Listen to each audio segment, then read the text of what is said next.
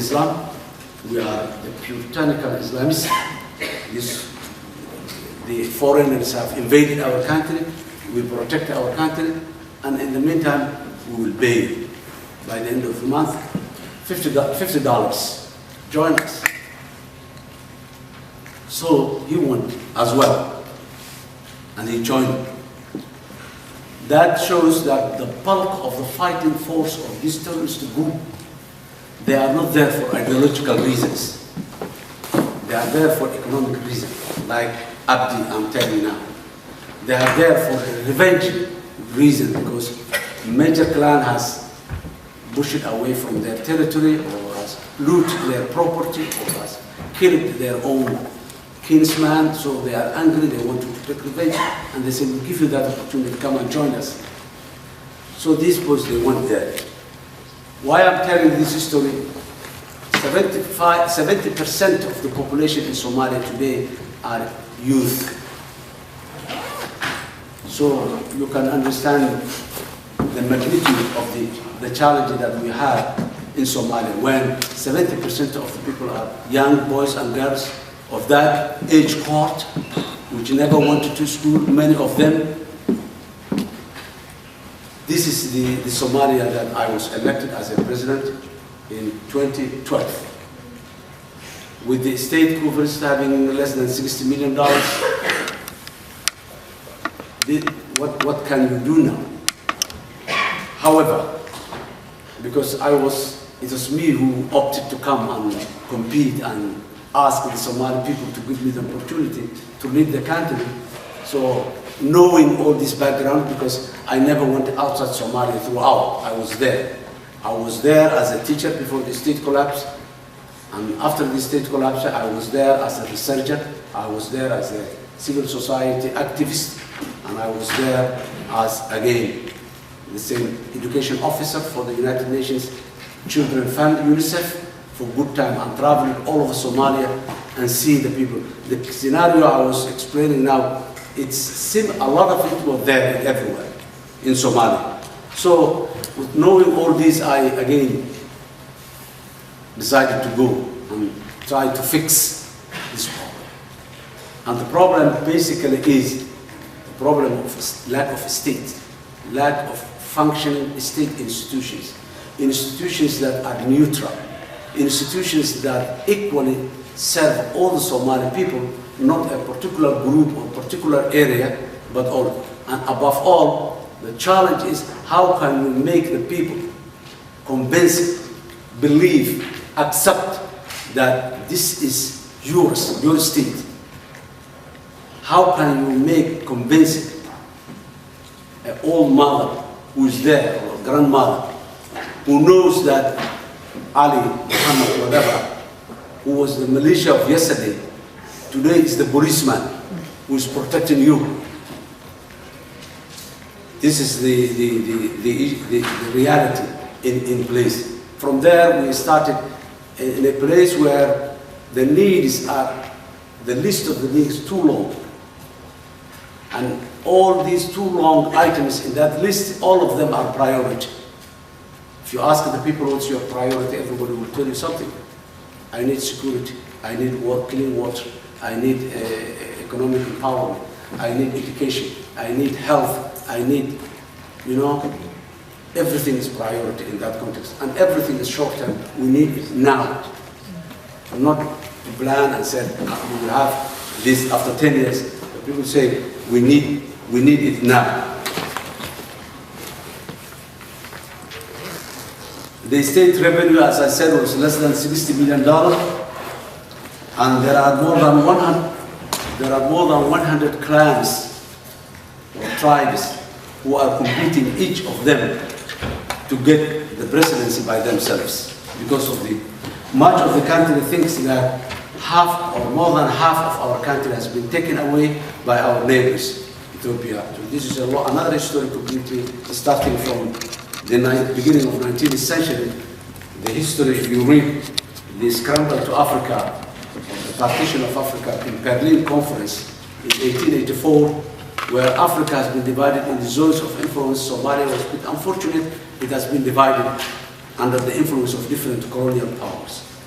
So some of them later on got independence, some of them, the colonial powers, annexed to our neighboring country, in Kenya, in Ethiopia, in Djibouti. So all these countries we have a large community of Somali. Some statistics indicate that the Somali ethnics living inside Somalia and the Somali ethnics living outside Somalia, the outside Somalis are more than the Somalis living in the Republic. So people believe that their country has been, some of the people believe strongly as a nationalists, their country has been taken by their neighbor. You have no federal institution. The country has agreed to be a federal member, and there is no federal member states existing. That's why I'm telling that the territory is not controlled by any governance system. The legal code that we have is written in Italian language or in Arabic language. Both are not Somali language. Most of the younger people, the generation I was describing, are there who never went to school and who cannot read and write and who doesn't know what life is. But in every place, it's very easy to aim and shoot a gun. Very simple. You may get the target, you may not, but carrying a gun and shooting people is the easiest thing that does not need much training, like mechanics or electrician or carpenter.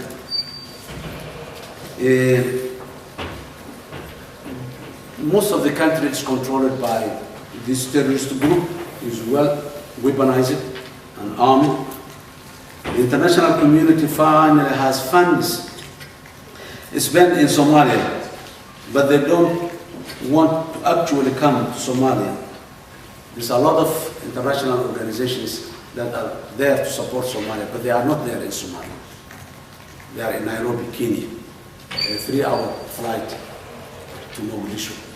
Those of them who come, they are inside a perimeter controlled by the African Union mission. Big fence, green area, they stay in that green area, which they do not go. A green area where if Somali wants to go in, he has to get a permission. He cannot go. So there's another small mini country inside the country. Under this situation and the expectation of millions of people, by hearing that the transition is ended and permanent government has been established, they raise up and expect miracles to happen. All these histories and issues that I discussed may be like some sort of fictional history, but that was the reality when I came into the office in 2012. Now, as a society in post-conflict environment, there are two common phenomena for post-conflict environment or where there is a state collapse. Number one is people do not agree with the history. What happened yesterday, we do not have in Somalia or in Iraq or in Afghanistan or in other places that went through state collapse and civil war. Yesterday, it's very difficult to agree. The hero of yesterday is someone's terror, someone's terrorist. So now, and then to move forward, you have to agree the mistakes that happened yesterday. So how complex is that reconciliation is taking place? Then people claim that reconciliation, and then reconciliation itself is not easy because reconciliation needs authority to implement it. Unless in a post-conflict environment, someone who killed someone else, when you are here in London, what do we call that person? A murderer, someone who killed an innocent person. But in a post-conflict environment where it's a clan or tribe or ethnicity or whatever exists there, someone who kills someone is not a someone, but he is clan X who killed clan Y, or tribe X who killed tribe Y, and then the whole thing goes virally, and another innocent people will be killed some place which is very far away. Why? Because there is no rule of law. When there is a rule of law, someone who kills someone is a murderer and he is taken to the court of law and is punished by himself only. And that is, if that is not there, In my time, there was a time when two clans, they fought each other for a distance of 400 kilometers that they were living together. Each clan moved back. That 400 kilometers, it became no man's land. No livestock grazes there, no farms are cultivated there, so it became a jungle. After the agreement, people get together, they come back, they started grazing, farming, taking their livestock to water wells. One morning, a young boy who believes that his father was killed by that man came to the place and he killed the man. And immediately everything fell apart and he went back to fighting again and again. Until again, new intervention. But if there is a police, there is a court, there are courts, then that cannot happen. So even the reconciliation itself, it needs two important things. One is reconciliation is not an event. It is a process. It takes long time to heal the wounds of the past, to make the people smooth on the lingering memory of what has happened in the past. So it's a process that goes on, a process that everybody has to participate. The religious people, the traditional elders, the young people, all of them, to be engaged on that process.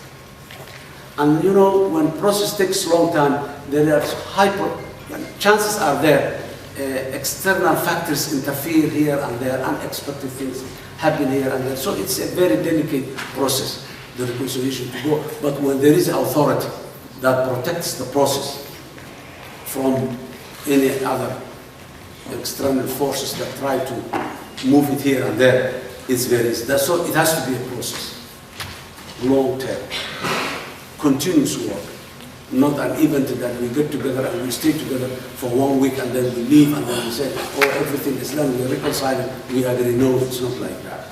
It goes from hugging each other, it starts from hugging each other till you establish the real institutions that is necessary for the reconciliation. And the number two, the second prerequisite is to have an authority. What the traditional elders does not want or is not happy. If they say stop, they will stop. It's authority. If there is no authority, then everybody does what he seems to be the right thing. So reconciliation was an effort. We have been doing reconciliation since early 90s when the Civil War started, but most of our reconciliation in Somalia was basically, it was a political reconciliation. Focus was to build a state, but it was not social reconciliation. The social reconciliation and political reconciliation is to be, you may have political reconciliation, you may accept me, I may accept you politically, but socially, the large population, because the politicians are very limited in number, but the whole society's case is different to accept. So now we put in place, in that world where everything is priority, we put a framework, what we call it the 6-pillar policy framework, which is priority-based. What are the most important priority areas to start in the long journey of the state building? So we developed what we call it the pillars. The pillars are, each pillar has its responsibility. What is priority? Security, public finance, security, then justice system, public finance and reconciliation, international relations, you name it, fixing the federation, you name it. So every pillar has it. So we started on the basis of this. Since 1990, when the state collapsed, it was only 2012 that we started the government to have a budget, however small it is. But the legal procedures of budget proposal taken to the parliament, endorsed by the parliament, the government uses the budget, and at the end of the day, they make the accounts, take it back to the parliament, and parliament endorses so that the next budget comes. That was the first time after 22 years a budget was made in Somalia. And until today, every year we have a budget. And from less than 60 million, now the latest budget is almost 300 million. Still, it's too small, but you know, in 4 years' time, from 60 million to 300 million is a big step. And then we try to do that, we try to fix the public finance institutions. A central bank with no SWIFT code, with no electronic transfer, with no cross-borders, international cross-borders banks anywhere. We started with that. We fixed the central bank, recruited new people, and asked some expertise from the outside world which we get. Then the Office of the Accountant General, then the Office of the Auditor General, and the Ministry of Finance. We came to a place where almost more than 20 ministries were housed in one place, one building. One building, and maybe a ministry's office is one room with 3-4 desks and 4-5 chairs. From there, now, what can be done? Minister of Education, what can they do with 4 or 5 people? So we started from there. The whole civil servant of the government was less than 1,000 people, and we left the office, there was 6,000 civil servant people in the office. There was no public education at all throughout the country. We started a project called Go to School with a long-term plan of 3 million students to go back to school. We left while 250,000 students were going to school. In Somalia, there are a lot of schools, there are a lot of universities, but all of them are private. Only those parents who can afford to pay $10 by the end of the month can send their kids to school. Those who cannot, which is the bulk of the population, they don't send their kids to school. Kids are playing in the street as a young one. But that kids playing in the street are time bomb for the country. They're waiting when they come to the age of 20, what they will do. The same description I was giving you to Ali and Abdi, they will have. They don't know how to live. And then, lack of employment, unemployment was so high. But the question is, the young generation that were existing there, are they employable? Do they have skills to work even if you offer unemployment, which was not there? So the whole thing, the whole place was such a complex situation, but the dilemma was where to start. That is where the title, that good title has been given, starting building a state out of the sand. So we put that framework in place and we started to work on the federation. We start to make the security as a priority. First of all, we have to fight with the territory that's ungoverned, the territory that breeds the terrorists. We have to focus on the governance, building a governance system in the country. And constitutionally, the Somali people has agreed Somalia to become a federal country. So federal member states has to be organized and has to be in every way that we can. We started with that, and we built 5 new federal member states. There was only two federal member states where one claims that they secede from Somalia, they are not part of Somalia. And there was another one who claims that, yes, we are part of Somalia. So we're establishing another 4, so that all over the country, all over Somalia, there is someone who is responsible that part of Somalia. Yes, that someone has a capacity limitation. Yes, that someone does not control fully the whole area. Yes, that someone has no the legitimate coercion or the enforcement of the law, but there is someone who is responsible for that territory, elected by the people of that territory, and he has to work and do the work to control the territory. And gradually, that's how the governance system expands from the capital city to all the way to different corners of Somalia. Still, there are territories controlled by the terrorists, mainly in the remote rural areas. Most of the cities and towns are under the control of the government, but still the authorities are a very serious challenge to the state building program in Somalia. We have revitalized the economy. We started exporting the livestock. We started exporting agricultural products like banana, like other products throughout the world. So Somalia, again, we started recovering the economy. And Somalia, for the last 5-6 years, has been the GDP has grown according to the International Monetary Fund and the World Bank. The economy of Somalia was growing from 1.7 to 3.7 gradually. So things were starting again in life.